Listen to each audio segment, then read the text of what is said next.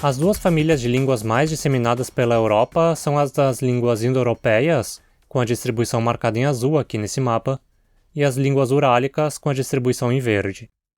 Já tem um vídeo de cada uma dessas famílias aqui no canal, confere lá depois caso ainda não tenha visto. Apesar de essas duas famílias de línguas serem as predominantes na Europa, nenhuma delas parece ter surgido originalmente na Europa. A teoria mais recente apontada para a origem das línguas indo-europeias é um ponto ao sul do Cáucaso, mais ou menos na parte norte do Crescente Fértil, perto da Mesopotâmia. De lá, duas rotas de migração levaram essas línguas à Europa, uma pela Anatólia, originando o armênio, o albanês e o grego, e outra pelo norte via as estepes da Rússia e da Ucrânia, originando as línguas balto-eslavas, germânicas, celtas e itálicas. As línguas urálicas talvez tenham surgido já mais na região de transição entre a Ásia e a Europa, pelos lados do rio Volga na Rússia, mas também há evidências que sugerem uma possível origem bem mais ao norte e ao leste. Mas além dessas duas grandes famílias, temos uma terceira relativamente grande que ocupa a Europa pelo menos perifericamente, as línguas túrquicas. Essa família possui uma distribuição bem ampla pela Eurásia, especialmente na Ásia Central, mas chegando até o extremo norte e leste da Rússia, e a oeste até a Turquia e alguns poucos bolsões mais a oeste, na Europa Oriental. A classificação interna das línguas túrquicas é bem mais complicada que a classificação interna das línguas indo-europeias, urálicas ou afroasiáticas, que eu também já apresentei aqui. Em parte, isso se deve ao fato de que até hoje essas línguas ainda formam basicamente um contínuo dialetal, e se supõe que elas tenham se influenciado mutuamente durante os séculos, além de terem sido influenciadas pelo contato similar com outras línguas de famílias geograficamente próximas.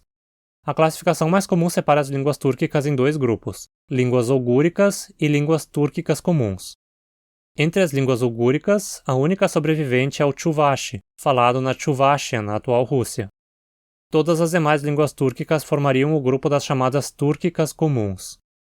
Uma sugestão de classificação as separa em línguas túrquicas siberianas, que incluem línguas como o iacuto, o tuvano e o altai setentrional, línguas quipechacas, que incluem o cazaque, o kirguiz e o tártaro, línguas carlucas, que incluem o uzbeque e o uigur, línguas oguzes, que incluem o turco, o azerbaijano e o turcomeno, e por fim as línguas argus, da qual a única viva é o Khalaj. Enquanto as línguas indo-europeias, urálicas e afroasiáticas, que apresentei aqui anteriormente, foram descobertas através de um extensivo trabalho de comparação ao longo dos séculos, em que as semelhanças entre elas foram percebidas, o mesmo não aconteceu com as línguas túrquicas. Os povos túrquicos formam um grupo relativamente homogêneo do ponto de vista cultural, e, como eu mencionei antes, as línguas túrquicas basicamente formam um contínuo dialetal, de forma que o parentesco entre elas basicamente sempre ficou claro. Algo como o que vemos nos subgrupos dentro das línguas indo-europeias, por exemplo. Vamos ver o exemplo de alguns termos de vocabulário comparando algumas línguas túrquicas, então. Vamos comparar Chuvashi, iacuto, cazaque e turco. Peixe. Pulã, balık, balık, balık. Sangue. Yun, kan, kan, kan. Nome. Yat, at, at, at. Fogo. Vut, wot, ot, ot. Gelo. Par, mus, mus, buz. Lua.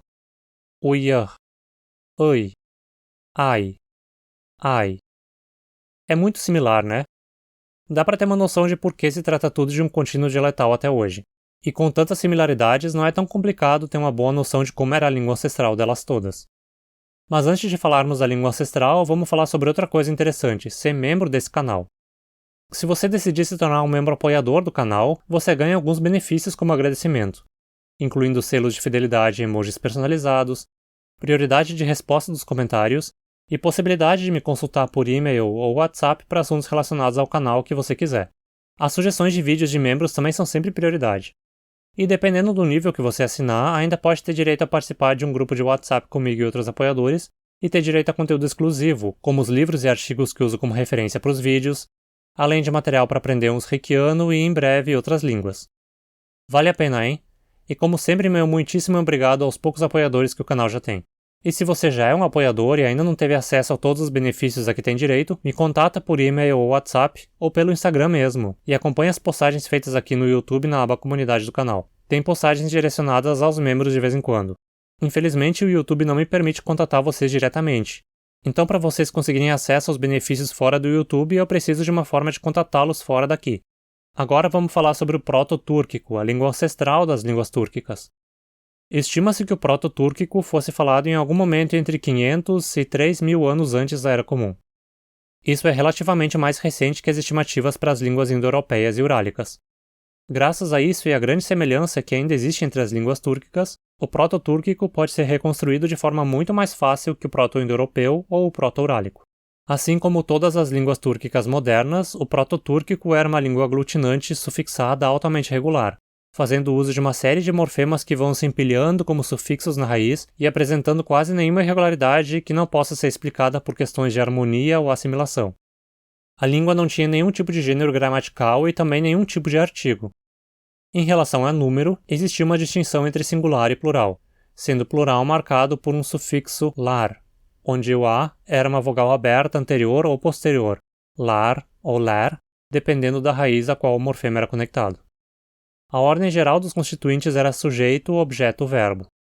Em relação aos casos gramaticais, parecia V7, nominativo, genitivo, acusativo, dativo, instrumental, locativo e ablativo.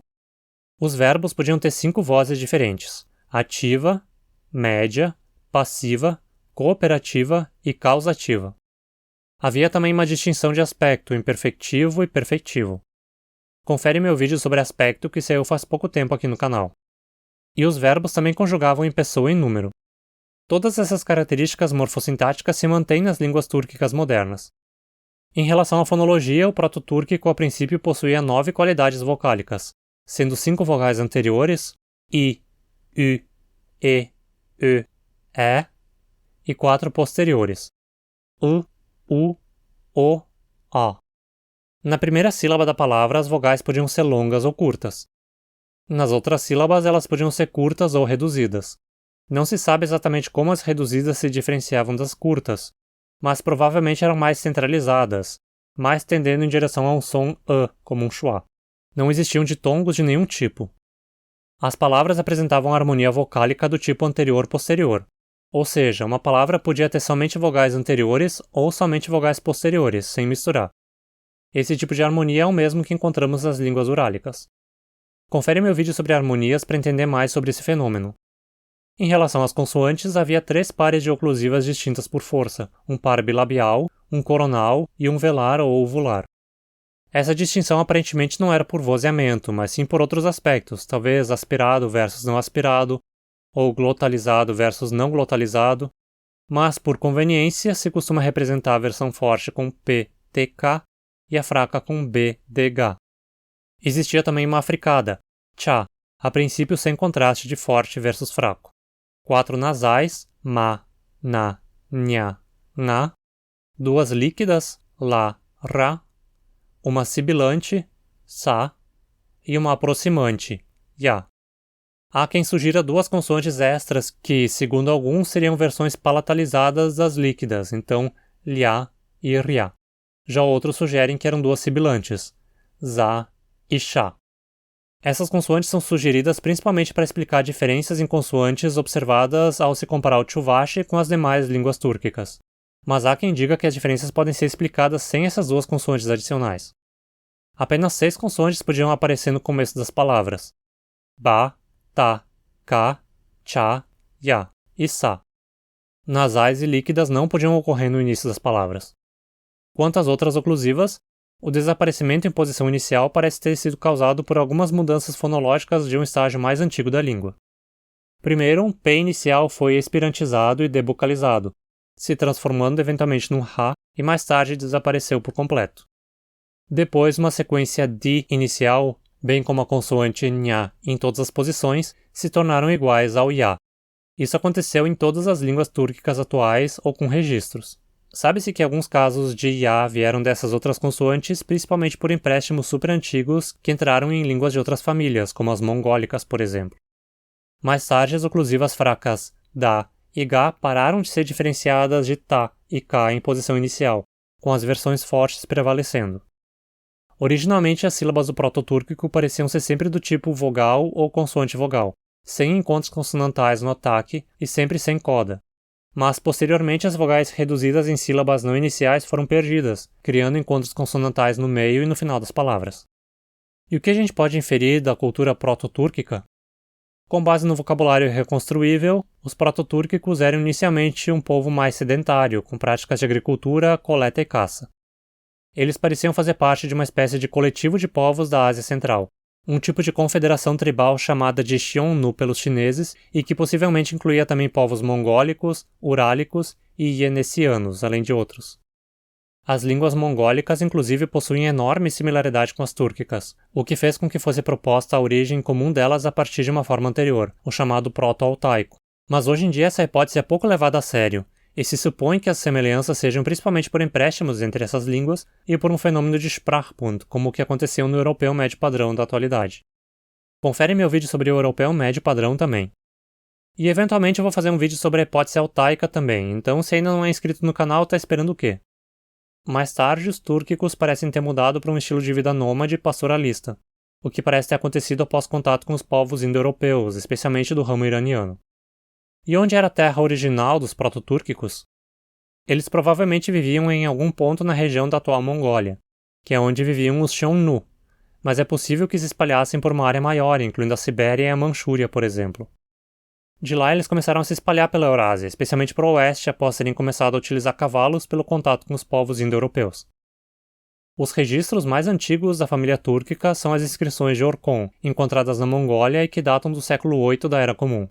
São 2 blocos de pedra de 3,3 metros de altura, com inscrições em túrquico antigo oriental e chinês. O sistema de escrita usado é o alfabeto túrquico antigo, um sistema de escrita bem interessante sobre o qual talvez eu faça um vídeo no futuro também. Me diz aí se você fala ou estuda alguma língua túrquica. E será que um dia a gente vai descobrir quem são seus parentes mais próximos? Além de apoiar o canal diretamente aqui pelo YouTube, você também pode se tornar um apoiador pelo Apoia-se. Escolha o que for mais conveniente para você. Ou caso você não possa assinar e se tornar um apoiador regular, ainda pode fazer doações espontâneas de qualquer valor por Pix, ou com o Valeu Demais aqui no YouTube. Mesmo R$1 te ajuda muito, e mande junto uma sugestão de vídeo. Formas de ajudar o canal de graça são com seu engajamento, hein? Deixe sua curtida, inscreva-se, ative as notificações e comente muito aí embaixo. E claro, compartilhe o vídeo com todo mundo. Espalhe ele como os túrquicos se espalharam pela Eurásia. É de graça e ajuda demais o canal. E me segue também lá no Instagram. Obrigado e até mais.